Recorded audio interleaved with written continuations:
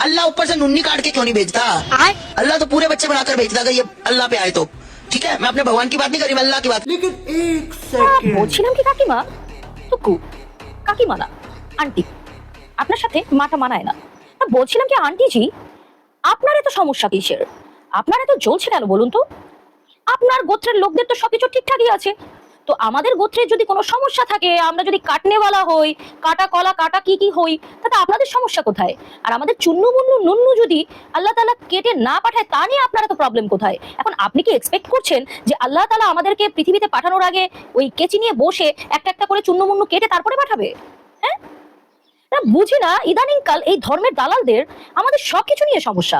আমাদের আল্লাহ নিয়ে সমস্যা, আমাদের প্রফেট মোহাম্মদ সাল্লাল্লাহু আলাইহি সাল্লামকে নিয়ে সমস্যা, আমাদের বিয়ে নিয়ে সমস্যা, হালালা হালালি, কাঠমোল্লা কাঠমুল্লি, খাতনা, কত কিছু। মানে এদের যদি টপিক আপনারা খুঁজতে যান, এদের দিন শুরু হয় আমাদেরকে দিয়ে, রাতও শেষ হয় আমাদেরকে দিয়েই, অথচ আমরা তো আমাদের জীবনে ব্যস্ত। তা বলছি কি আন্টি জি, আপনার অ্যাকচুয়ালি প্রবলেমটা কোথায় বলুন তো? এই যেই বিষয়টা নিয়ে আপনার এত মাথা ব্যথা যে চূন্য মুন্নু কেটে কেন পৃথিবীতে পাঠালো না, এখন আমি যদি বলি যে আপনার ভগবান আপনাকে তো নাঙ্গু পাঙ্গু করে আপনার মায়ের কোলে পাঠিয়েছিল, তা আপনি এখন জামা কাপড়টা পরে আছেন কেন বলুন তো? ওটা খুলে ফেলুন, তাহলে ভগবান প্রসন্ন হবে। ভগবানকে প্রসন্ন করতে হবে না। এখন ভগবান যেভাবে পাঠিয়েছে ওভাবে না চলে আপনি এই যে জামা কাপড় পরে আছেন, তাতে তো ভগবান রুষ্ট হবে। জলদি খুলে ফেলুন আন্টি। আর এই যে বিষয়টা নিয়ে এত আপনাদের মাথা ব্যথা বলছেন না, এটাকে অ্যাকচুয়ালি কি বলে জানেন? সার্কামসিশন। এবং এটা শুধুমাত্র মুসলিমদের মধ্যে না, এটা ইহুদিদের মধ্যে, সাউথ কোরিয়া, আমেরিকান, এমনকি আপনাদের এই যে আপনাদের ধর্মের মানুষদের মধ্যেও প্রচলিত আছে।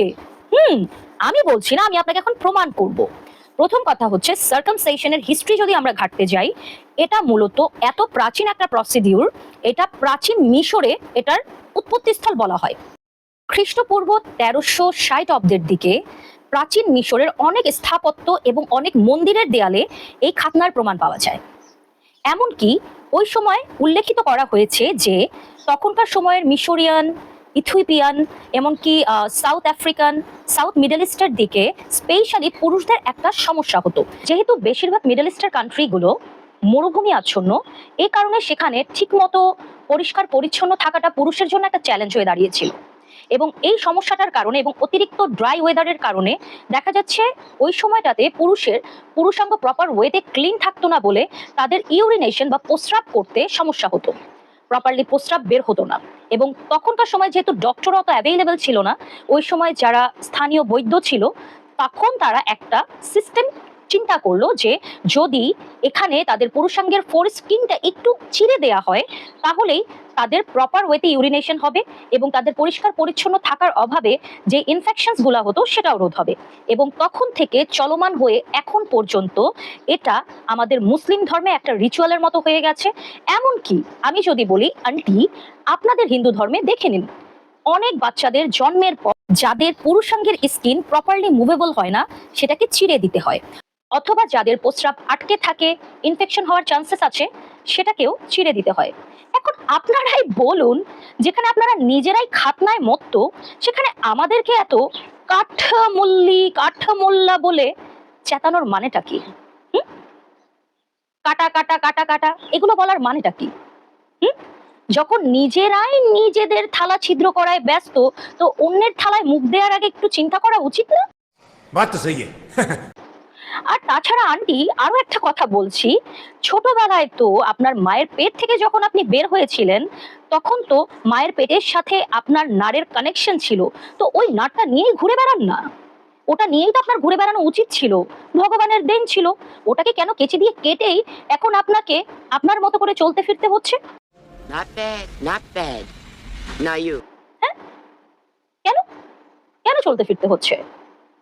এজন্যই বলি আন্টি, গোবর আর মুদ খাওয়া বন্ধ করে একটু দুধ খান, তাহলে এইখানে একটু বুদ্ধি হবে।